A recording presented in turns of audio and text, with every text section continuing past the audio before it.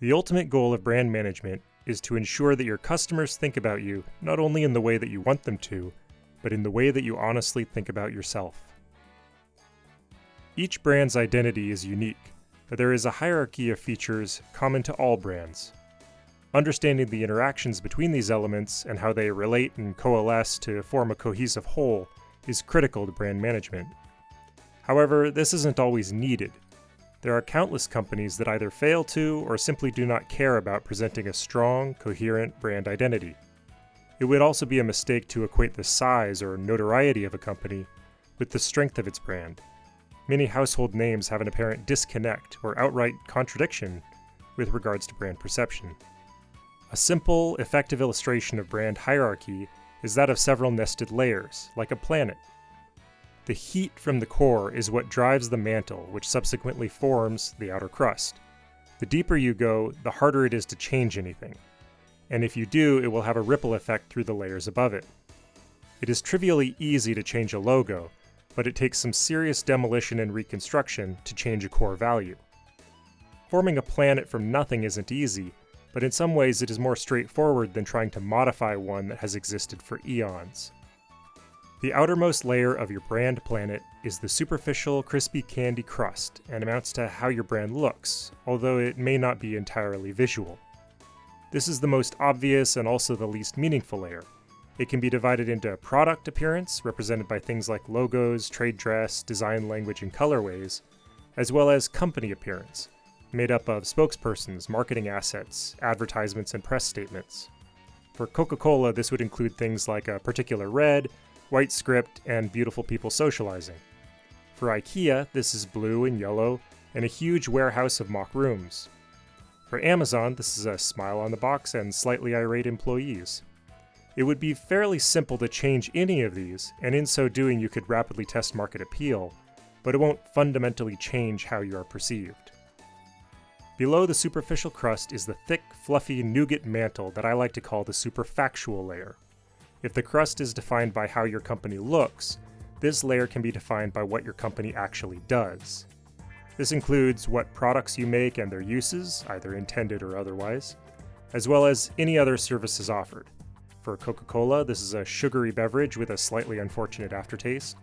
For IKEA, this is cheap starter furniture that you build yourself and decent meatballs. For Amazon, this is convenient shopping, quick shipping, and data theft. It is basically the quantitative value of your company in the world, usually in the form of a specific product. Finally, the hazelnut center of your brand is comprised of what it means and represents. This can further be split up into internal and external values.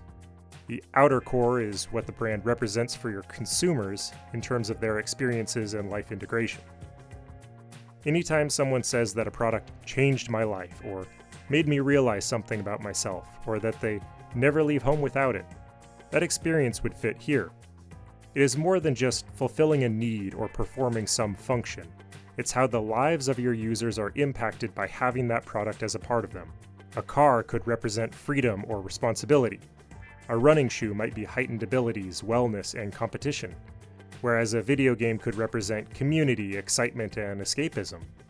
This is also the layer you have the least control over, unless your product is hypnotism or addictive or something. The inner core is made up of what the company values and mission actually are. This is very easy to make posters proclaiming, but difficult to build genuinely.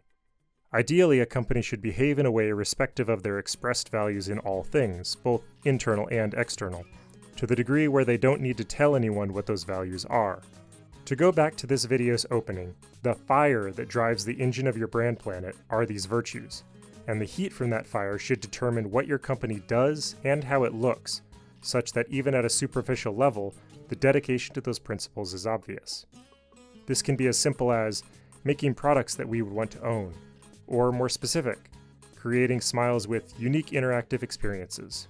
Both can work, but the more specific the mission is, the more focused and successful the company is likely to be at achieving it.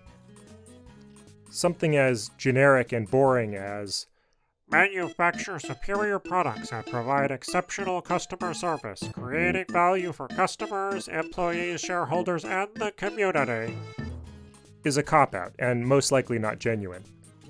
While first starting out, New companies often struggle with each of these layers at some point, but they make it much harder when they come up with a look or crust they like and have to backfill the core. It's a bit like making a really nice marker rendering without having done any research on component hardpoints, iterative sketches, or even defining the context that it addresses. It might look impressive, but you can't really do anything with it since it doesn't hold any meaningful information. It doesn't tell a story. I'll reiterate that you don't get to decide what your own brand is. So if there's any disconnect between your company's core values and the interpretation of any of these layers by your consumers, it doesn't mean they are wrong or stupid. It means something between your self-perception and the impression of your audience is not in alignment with what you wish to convey. As a company, your own core principles and mission should radiate outward through all the other layers of your brand to form a cohesive and harmonious understanding. You know you're doing something right when your customers use the same words to describe your brand that you do in board meetings. What are some brands that you believe to be strong and well-founded? Why do you feel that way? It can be a pretty interesting exercise to analyze each layer of a particular brand, to the extent you can, and conclude how strong you believe it to be. This should be based upon how coherent your experience with it has been, not on how much influence the brand wields. You may find your own assumptions challenged and come to understand why you have a certain perception of a brand. Moreover, you may have a greater appreciation for seemingly insignificant things that some companies do in service of their core principles. I hope this brief bite was helpful, and thank you for watching.